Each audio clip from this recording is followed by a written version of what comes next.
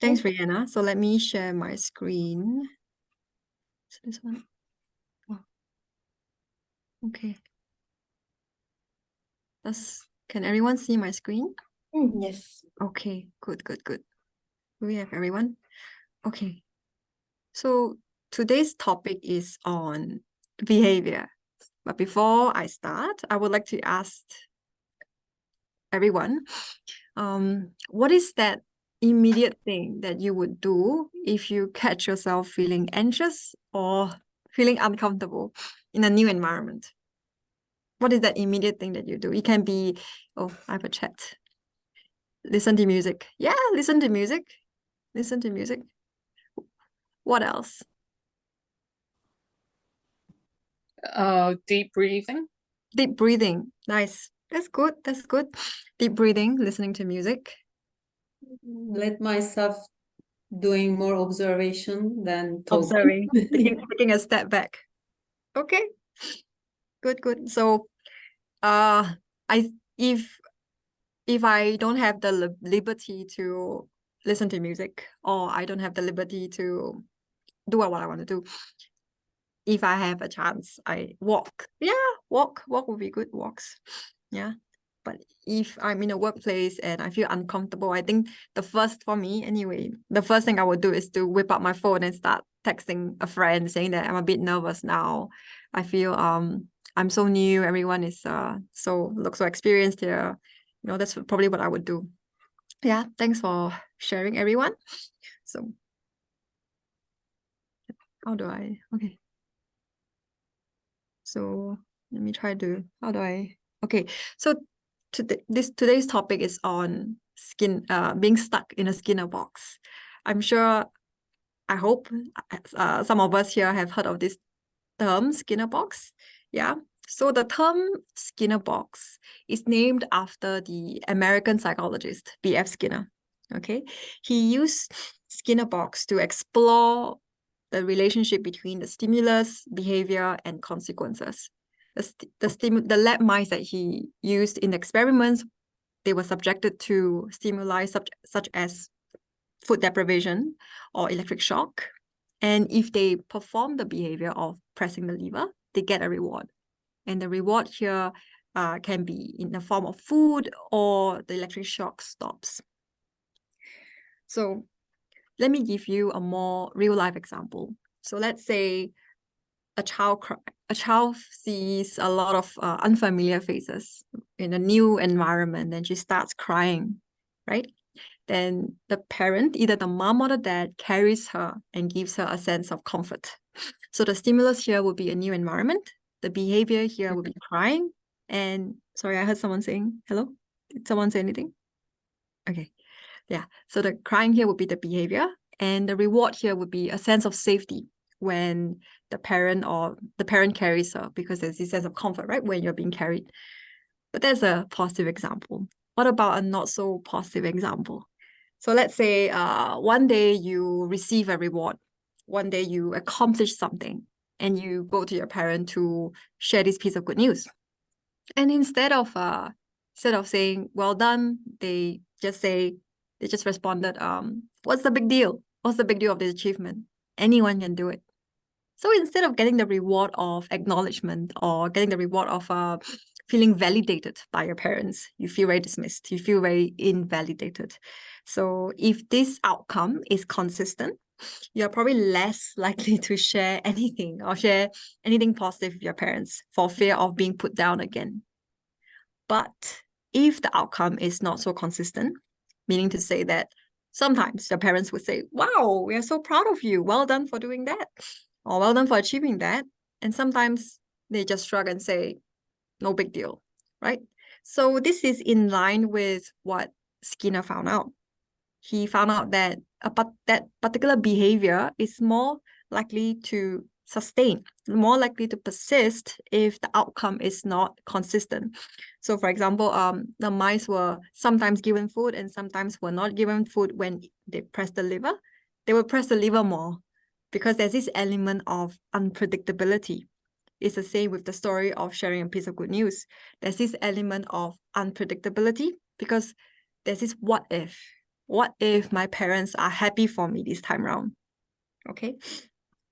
So when we talk about conditioning, it actually refers to a type of learning. We have learned to perform a certain behavior if we are exposed to a certain stimulus. And if we perform a certain behavior, we get a certain reward. We used this example before. If you are anxious in a new environment, what would you do? Some people say taking walks, listening to music, right? What if the behavior here is people pleasing? Because this has worked for you in the past, or there are times where people actually like you back. Yeah, it can be another stimulus where you feel very, very stressed, very overwhelmed, right? And if this is a behavior where you have been having for a long time, you avoid that feeling by drinking or by mindless scrolling on TikTok or Instagram, and you get a reward of temporary relief. Okay, the last, oh, someone's here. And the last stimulus would be last time when you had fights with your spouse, with your partner, and each and every single time you buy a gift, the fight was resolved. You avoided World War III at home. So if, of course, when the consequence is consistent all the time, it is more likely for you to perform the behavior because you know that if I do this, I'll get that, right? But however, there are some caveats to this. There are some caveats to conditioning because we are all conditioned in one way or another. We all have certain behaviors that have been serving us, giving us something back in return when we perform that behavior, such as a sense of safety or a sense of being in control. I recently found out that from my clients that I see some patterns from my clients.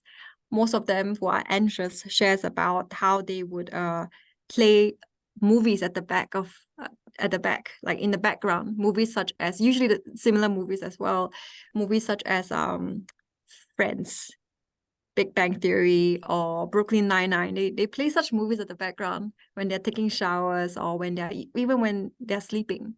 I believe that probably it gives them a sense of comfort.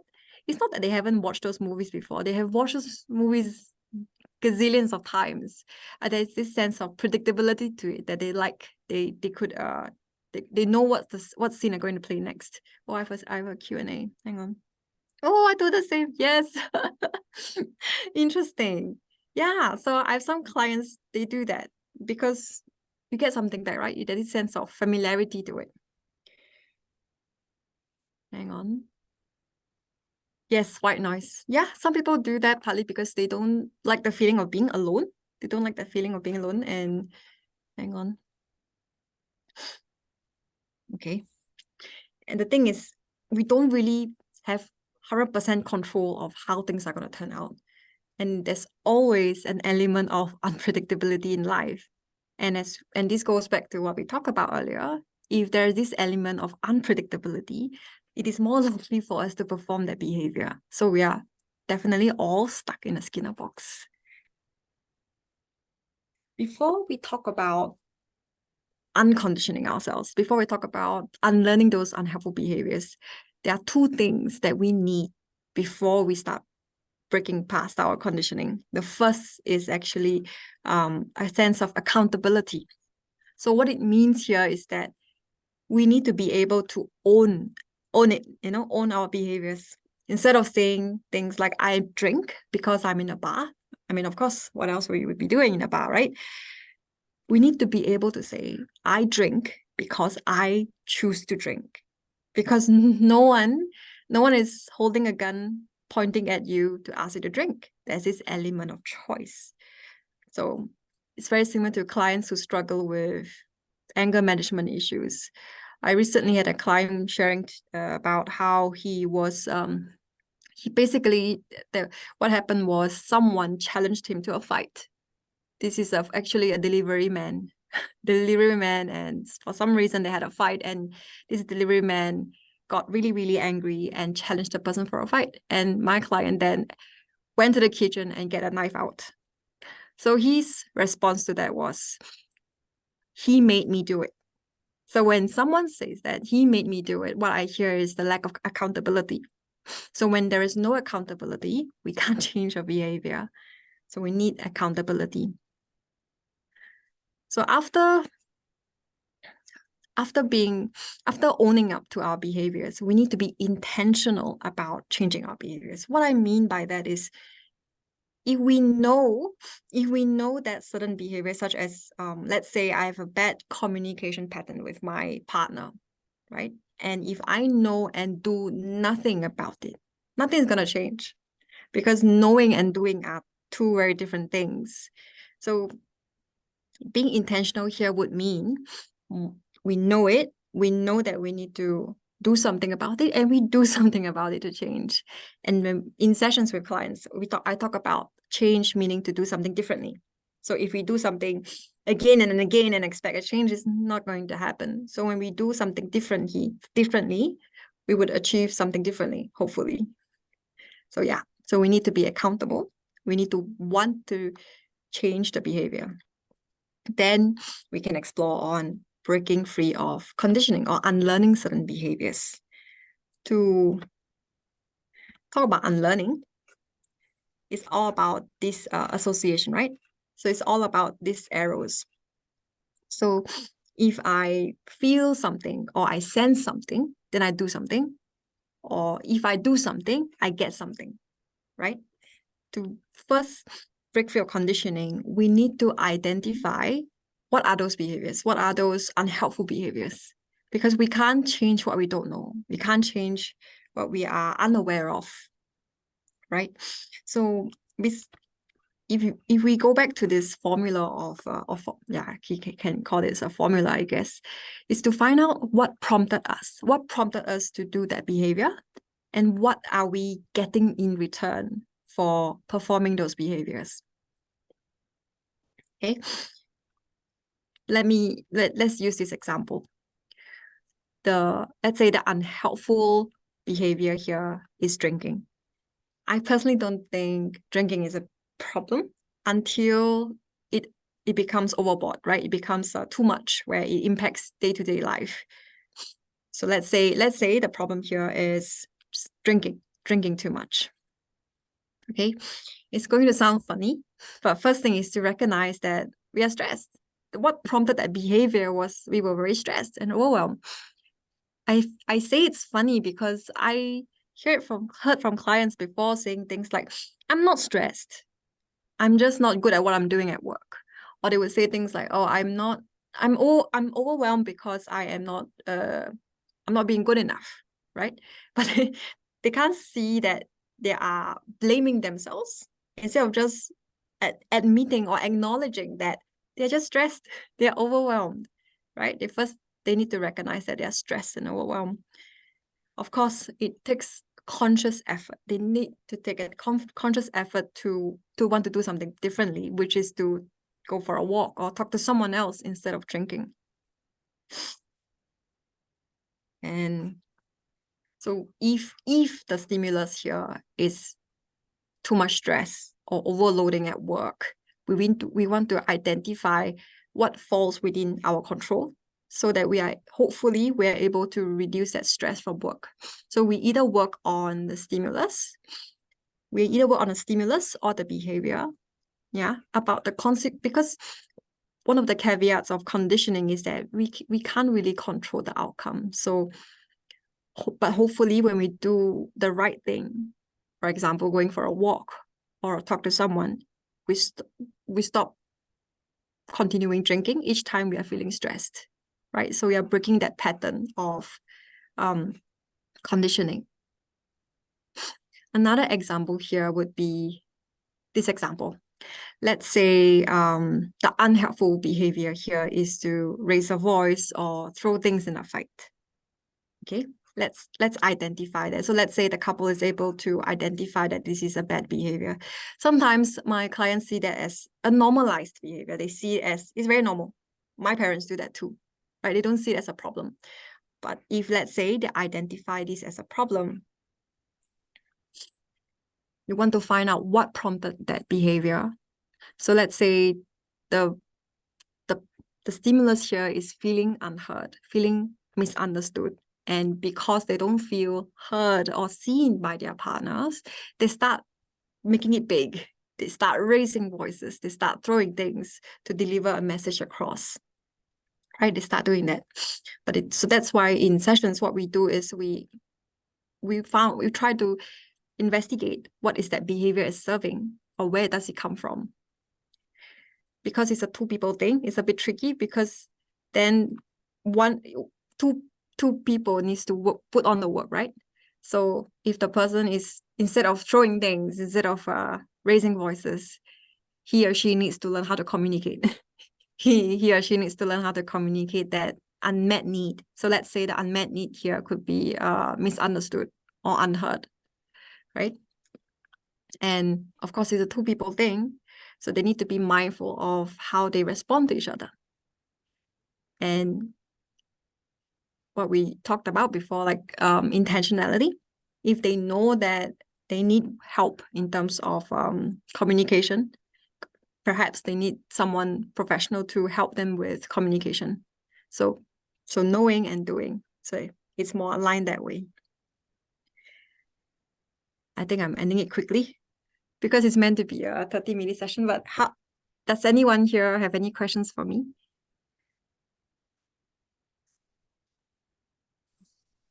Thank you. Is it Ellie? No question. Yeah, I'd like to thank I'm you. okay. Right. I think it's okay for now. Any questions for everyone? Thank you, Wei-Wen. No worries. Thank you. I don't think there's any questions at the moment.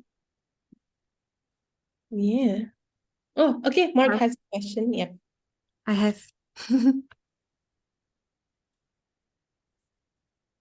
Yeah, hi, can you hear me? Yeah, I can hear you, no problem. Yeah, okay, because I was trying to type out the question, but it was just taking a while to type it out. So I'll just speak it out. I think it's easier that way.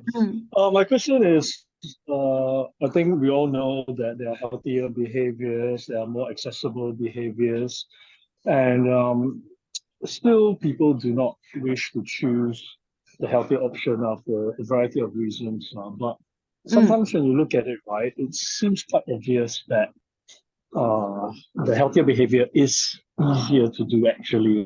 So I was just wondering, It's right? easier to do? Yeah, it's easier to do. Yeah, like for example, the healthier behavior of going down for a walk, right? Compared to drinking alcohol at the store, right? You have to go down to the store to buy the alcohol. And in a sense, already walking down, right? So it's easier to just go for that walk first, so to speak, right? Less effort, less money, and all that. But what are some of the factors, right, do you think that cause people to still go back to the conditioned behavior, even though the conditioned behavior is right? I feel that they keep doing that partly because it could be a learned behavior, right? It could be a learned behavior if this particular client has had history of parents doing the same thing. And it could be a learned behavior from parents. Like if you monkey see, monkey do sort of thing. Like if you see your parents when they're stressed, they drink. And some of my clients, they would rather drink than taking a walk because it's more steps to it. Like you go to a shop and buy. But to them, they would rather do that because there's a chemical component to it as well. Because when they drink, it increases their dopamine levels and stuff. There's this addiction component to it when they drink. And when you take a walk, it could be more strenuous to the body. Yeah, I hope that answers your question. Yeah, it does answer my question. Just that I want to know whether there's any like neurological component to it that's maintaining that conditioning, but I guess that one's like a different topic. Yeah.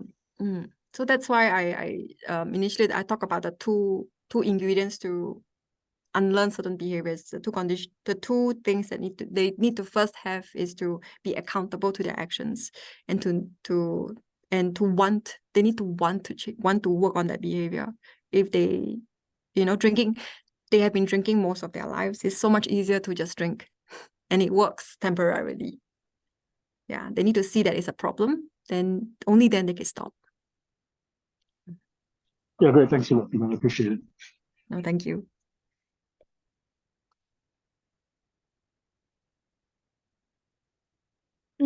Yeah, anyone else have any comments or anything that you want to add on as well? Cool. Yeah, I think if there's nothing, we can just end it off as well. So, Yuan, is there any closing remarks that you want to share with the team as well? A football thought. I can give a football thought. I remember this lecturer of mine when I was studying in Monash. Then this lecturer was saying that he was talking about this behavior, this nagging behavior where parents would do or spouses would do to each other. They nag about each other. It's a bit like so he was giving us a case study about how this mother would nag and nag for the child to clean up the room, a teenager to clean up the room, and that would never happen, right? If they're not getting the reward of the child listening or the child cleaning up the room anyway, but the mom or the spouse will continue nagging. Why do you think the behavior is continuing despite not getting the reward? Does anyone have any idea?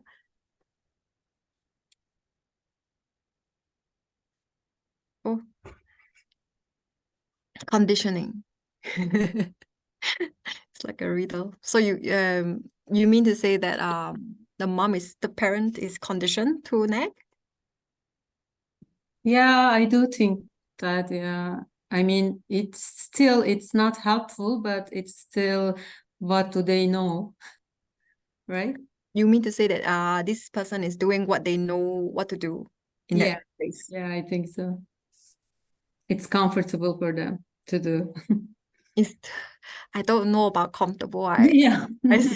I talk to parents and I talk to other people, and most of the time, no one likes nagging. No one likes the need to nag, basically. Yeah. So maybe I give it a try about the question that you asked. yes, please. Yeah, so I think writing on to, I think, who was responding? Sevilla. I think why is it that it encouraged the behavior is because I think when the mom, they feel helpless, they experience some sort of anxiety within themselves. So by nagging and expressing it, it does bring a temporary relief to the anxiety and unhappiness that they felt inside. So therefore, even though it is not rewarding in a way that they want the kids to behave, but it is rewarding in a sense that it is relieving. So I think that's my guess. So it's rewarding because it is relieving certain emotions inside. Yes, that's right. Yeah. One of the things discussed in class with the lecturer was although it is not very fruitful, it is not very productive, it gives the person a sense of control, like having something to do about it. Because if the child is not cleaning the room after many nags, but yet no one is so. Oh, Melissa. Oh, yeah, if no one nothing is happening, so the parent actually feels very restless. I would say restless and helpless. Yeah, I think it's very similar to what you shared just now. Thanks, Ellie.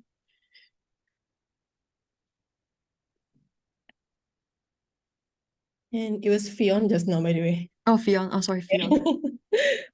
So I saw that Melissa just came in. Just FYI, we're already ending on the session. Yeah. But thank you so much for coming in. Yeah, any other anyone else have anything to add on to the question? Maybe you can repeat again the question. Yeah, okay. Yeah. So this is a topic lah. The case study that was shared during my time in Monash. So my lecturer was talking about this behavior of nagging. Initially, I thought that nagging is an Asian thing until I realized, oh, nagging is actually a whole worldwide thing.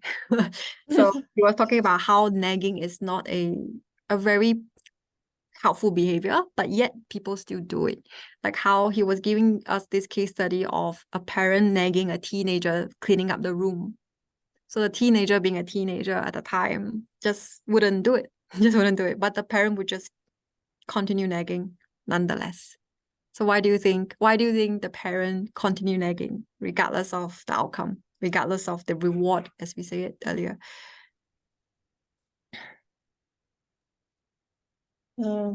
Just now, someone said that, there's a temporary relief. I think that is very much the case. But how about that once in a while nagging gets some response, maybe from the child, okay, I nag 10 times and once at least he does it. So coming back to what you were talking about, intermittent reinforcement, how does that work here?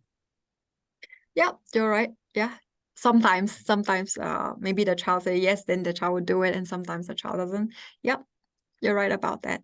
And Shazwan said about positive reinforcement. Like, do you mean a positive loop? What do you mean? Yeah, so I mean, like in between you were saying, right? Sometimes the parent Yes. appreciates you, sometimes he doesn't, and you're growing up and then that conditioning has set in.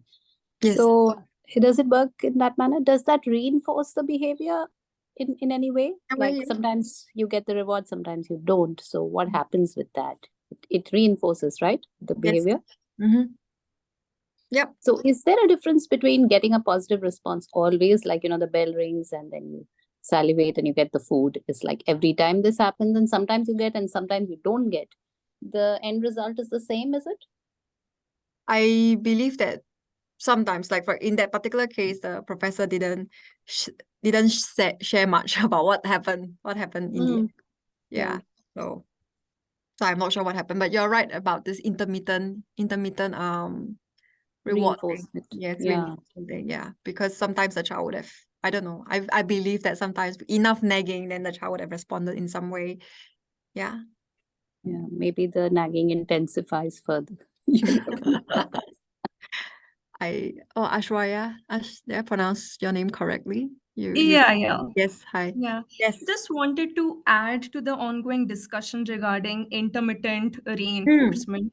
So when I was in my bachelor's doing psychology, there was this topic called reinforcement schedules. So that talked about how intermittent or variable reinforcement schedules are way more powerful than fixed reinforcement schedule. Variable reinforcement schedule meaning that sometimes you get a response and sometimes you might not. So in those cases when they might be after some variable moments would you get a response or a reward, the behavior would be reinforced in a much stronger way than it would for a fixed ratio schedule. That is, after the rat pushes the lever, it gets a treat. So in the former case, the rat would keep pushing on the lever to see that maybe this time they would get the reward. This was basically, they found this was based on an experiment with rat and lever, etc. And this was also sort of used to explain why gambling can be so addictive, because sometimes you get a huge reward and other times you might not. So I think maybe that's why that nagging can sometimes produce a response and sometimes it might not. Maybe that makes it more persistent. Yeah, thanks for sharing. Yes, I think this is very in line with what Shalini shared as well about being intermittent reinforcement. Like sometimes you get, sometimes you don't. Yes, I recently read a paper about how the dopamine levels of people who are addicted to gambling is very similar dopamine levels of people who are anxious. I guess the common factor here is uncertainty. That this uncertainty and element of unpredictability. There's intermittent reinforcement going on there.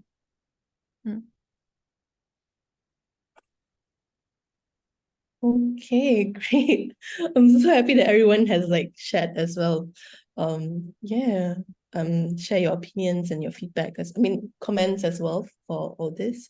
Anything else, Maywen? Yeah. Okay, great. So yeah, let's close it up as well. Thank you so much, everyone, for spending 32 minutes with us. Yeah, more or less. I'm very, very happy as well to see that everyone is here and would like to share also on your opinions and all this stuff. But yeah, thank you so much, everyone, and yeah, I hope you have a great evening. Okay, thank you. Thank you, everyone.